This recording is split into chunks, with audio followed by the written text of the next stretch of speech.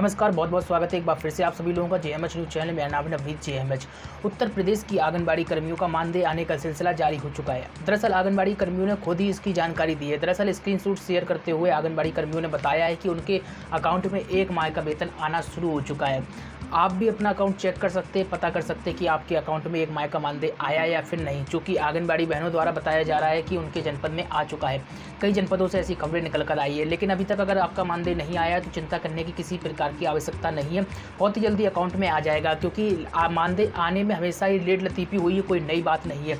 चूँकि अभी आने का सिलसिला जारी हुआ है, इसलिए एक हफ्ते के अंदर सभी आंगनबाड़ी बहनों के अकाउंट में आ जाएगा। हमने आपसे पहले ही कहा था कि आप मई के फर्स्ट वीक तक सभी आंगनबाड़ी बहनों का जो है अकाउंट में मानदेय आ जाएगा, और वही सच हुआ है। और आप देखिएगा, अप्रैल लास्ट चल रहा है और मई के फर्स्ट वीक तक फाइनली आंगनबाड़ी बहनों के अकाउंट में मानदेय आ जाएगा। एक माह का ये वेतन भेजा गया है। तो आप लोग कमेंट में बताइएगा, अगर आपके अकाउंट में आ चुका है तो अपने डिस्ट्रिक्ट का नाम जो है, जनपद का नाम मेंशन करिएगा। चलिए दूसरी बड़ी खबर आपको बता देते हैं। अब चलते हैं झारखंड में। झारखंड राज्य से एक बड़ी खबर निकल कर आ रही है। दरअसल आपको बता दें, झारखंड में जो है कोविड महामारी से अगर मौत होती है तो जो है परिजनों को 50 लाख की आर्थिक सहायता दी जाए। इसको लेकर जो है मांग जोरों से उठ रही है। इसी के साथ ही जितने भी आउटसोर्स कर्मचारी हैं, मानदेय कर्मचारी, इन सभी को जो है, इन सभी के परिजनों को जो है कोविड सुरक्षा प्रदान की जाए, इसको लेकर मांग उठी है। दरअसल खबर निकल कर आ रही है, जो आपको बता देते हैं। महासंघ के केंद्रीय संयुक्त सचिव सुशील कुमार पांडे के अनुसार वर्तमान सरकार के 1 साल से अधिक हो गए पर संविदा कर्मियों के मामले में वादों के बावजूद अब तक धरातल पर काम नहीं हुआ। नौकरी को दांव पर लगाकर अनुबंध कर्मियों ने वर्तमान सरकार को जो है चुनाव में समर्थन दिया। अब जो है मांग की जा रही है कि जो भी आंगनबाड़ी सेवा से जुड़े कर्मी है, एनआरएचएम से जुड़े कर्मी है, या फिर जो है पैरा टीचर हैं, या फिर कोई भी कॉन्ट्रैक्ट कर्मी है जो कोविड ड्यूटी कर रहा है, इसकी अगर मौत होती है तो सरकार को जो है मुआवजा देना चाहिए, आर्थिक मदद करनी चाहिए। इसको लेकर जो है मांग उठ रही है। चूँकि राजस्थान का भी यहाँ पर उदाहरण दिया गया कि राजस्थान सरकार ने जो है 50 लाख का मुआवजा दिया था। जो एक कोविड कर्मी था, कोविड ड्यूटी में जो ड्यूटी लगी हुई थी, मौत हो गई थी, उसको जो है दिया था, उसके परिजनों को जो है दिया था कोविड ड्यूटी पर निधन हो जाने के बाद। ऐसी ही मांग झारखंड में उठ रही है कि उनके परिजनों को, जिनका जो है निधन हो जाता है, उनके परिजनों को आर्थिक मदद के तौर पर जो है 50 लाख की राशि मुहैया कराई जाए। आपका क्या कहना है, कमेंट में बताइएगा। चलिए अगली खबर आपको बता देते हैं। अगली खबर जो निकल कर आ रही है, आंगनबाड़ी वर्करों ने जो है काले चोले पहनकर सरकार का विरोध किया है। आपको बता दें ये विरोध क्यों हुआ है, इसको समझिएगा। आंगनबाड़ी कर्मी काफ़ी समय से जो है पंजाब के संगरूर में धरना प्रदर्शन कर रही हैं, और धरना प्रदर्शन करने का मकसद यही है कि आंगनबाड़ी कर्मियों, आंगनबाड़ी केंद्रों के बच्चों को जो है सरकार प्री प्राइमरी विद्यालयों में शिफ्ट कर रही है, इसको लेकर विरोध कर रही। साथ ही आंगनबाड़ी कर्मियों की कई अहम मांगे, उसको लेकर जो है विरोध प्रदर्शन कई दिनों से चल रहा है। 40 दिन से अधिक विरोध प्रदर्शन होते हुए बीत गए, लेकिन आंगनबाड़ी कर्मियों की सरकारों ने नहीं सुनी, तो आंगनबाड़ी कर्मी जो है आक्रोशित हो गए। फिर क्या किया आपको बता देते हैं।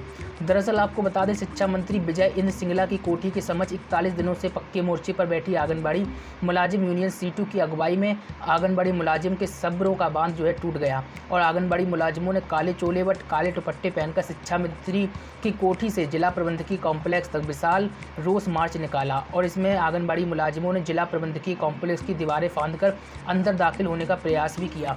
अब इस तरीके से जब आंगनबाड़ियों ने प्रयास की, कोशिश की, तो निश्चित तौर पर पुलिस भी आएगी। पुलिस से भी झड़पें हुई, लेकिन निश्चित तौर पर आंगनबाड़ी कर्मियों की जायज़ मांगे, इन मांगों पर भी सरकार गौर नहीं कर रही है। पंजाब सरकार की ओर से खबर निकल कर आ रही है, जिस पर एक कई दिनों से धरना प्रदर्शन आंगनबाड़ी कर्मी कर रहे थे।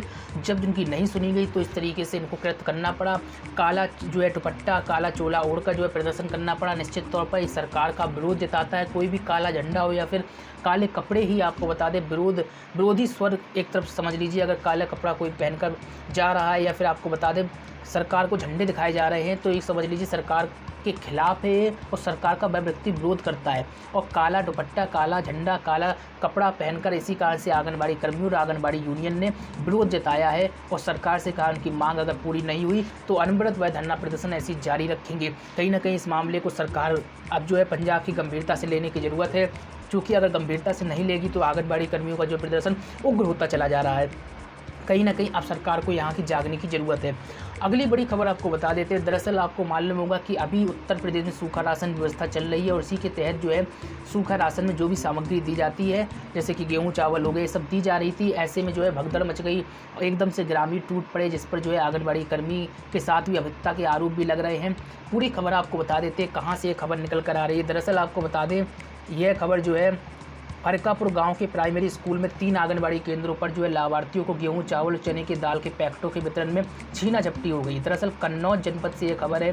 फरकापुर गांव का मामला बताया जा रहा है। लाभार्थियों ने यहां खूब उत्पात मचाया और इस दौरान आंगनबाड़ी कार्यकर्ता से भी अभद्रता की गई, ये भी खबर निकल कर आ रही है। गाँव के कुछ लोगों ने के समझाने पर मामला शांत हुआ। इसके बाद गेट बंद करके खिड़की से वितरण किया गया। आपको बता दें, बात यहाँ पर सच्चाई निकल कर आ रही है कि राशन सामग्री, सूखा राशन वितरण में भगदड़ मच गई। आपको बता दें, भगदड़ क्यों मचती है? सभी को लगता है कि हमें मिल जाए, हमें मिल जाए, हमें मिल जाए। क्योंकि ये आशंका क्यों होती है? क्योंकि अधिकांश केंद्रों से आपको एक खबर देखने को मिली है कि अब राशन खत्म हो चुका है, यानी कि जितने लोगों को दिया गया वो दिया जा चुका है, अब राशन नहीं है, इतने ही लोगों के लिए आया था। ऐसी जो खबरें आप लोगों को देखने को मिली होंगी, सुनने को मिली होगी। और आंगनबाड़ी केंद्रों पर भी जितने लाभार्थी लिखे होते हैं, उन सभी लाभार्थियों का राशन आ ही नहीं रहा है। ये भी कड़वी सच्चाई है। इसी कारण से गाँव में या फिर ग्रामीण इलाकों में जैसी ही सूचना मिलती है, वैसे ही सभी लोग टूट पड़ते हैं कि उनको सामान मिल जाए, कहीं ऐसा ना हो कि बचे या फिर ना बचे। लेकिन अवत्ता करना कहीं ना कहीं गलत है। इसको लेकर पुलिस को भी सूचना दी गई। अब क्या कार्रवाई हुई, अभी तो फिलहाल ये अपडेट आई नहीं है। जैसे ही इस बारे में कोई अपडेट आती है हम आपको बताते हैं। और फिर जाकर जो है किसी तरीके से खिड़की बंद करके, फिर जो है दरवाजे बंद करके जो है राशन सामग्री का वितरण किया गया। जो पात्र लोग थे उनको सामान दिया गया है। तो यहाँ पर सभी महत्वपूर्ण खबरें खत्म होती हैं। लगातार हमारे साथ बने रहिएगा। जो भी बड़ी खबर आती है हम रोजाना आपको देते हैं। साथ ही आप हमें कमेंट में बताइएगा अगर आपका मानदेय आ चुका है, अगर नहीं आया है तो बताइएगा। लगातार आंगनबाड़ी बहनों की खबरें हम इस चैनल के माध्यम से उठा रहे हैं। और सरकारों को भी चाहिए समय इनका वेतन भुगतान करें, क्योंकि चुनाव में भी ड्यूटी ये कर्मी कर रहे हैं। और आपको इसी के साथ ही बता दें, पोषाहार जो है, सूखा राशन जो है, घर घर वितरण करने का काम भी ये कर्मी कर रहे हैं। एक के बाद एक दायित्व इनके कंधों पर डाल दिया जाता है। वहीं आपको बता दें, जो प्रवासी यानी कि ग्रामीण इलाकों में आए हुए हैं, प्रवासी जो बाहर जनपदों में काम करते थे लोग, उनका जो है विवरण नोट करने की जिम्मेदारी इनको दे दी है। अभी हाल ही में हमने आपको बताया था कि योगी सरकार ने कहा पीपीई किट और जो मेडिकल सामग्री है वह वितरित करेंगी। इनकी भी जिम्मेदारी जो है दरअसल आंगनबाड़ी कर्मियों को सौंपी गई है। अब ऐसे में सवाल उठता है, इतनी ज़्यादा जिम्मेदारी देने के बावजूद भी सरकार अगर इनका मानदेय समय ना भेजे तो दुर्भाग्य की बात है। और कहीं ना कहीं जायज़ मांगों को भी सरकार को सुनने की ज़रूरत है। नेताओं को, मंत्रियों को भी सुनने की ज़रूरत है। ये नहीं है कि चुनाव के समय ही आ गए, वादे बड़े बड़े किए और चुनाव खत्म हो जाने के बाद रफ्फू चक्कर हो गए। अगर ऐसा ही चलता रहा तो निश्चित तौर पर जनता जागरूक हो जाएगी और फिर उसी नेता को जो है विजयी बनाएगी जो उसके बारे में भला सोचता है। बने रहिएगा हमारे साथ, बने और चैनल को सब्सक्राइब करके बेल को दबा लीजिए। साथ ही gmhnews.in पर विजिट करें, यहाँ तमाम खबरें आप पढ़ सकते हैं। हम मिलते हैं आपसे फिर नई अपडेट में, ताज़ा खबरों में। नमस्कार।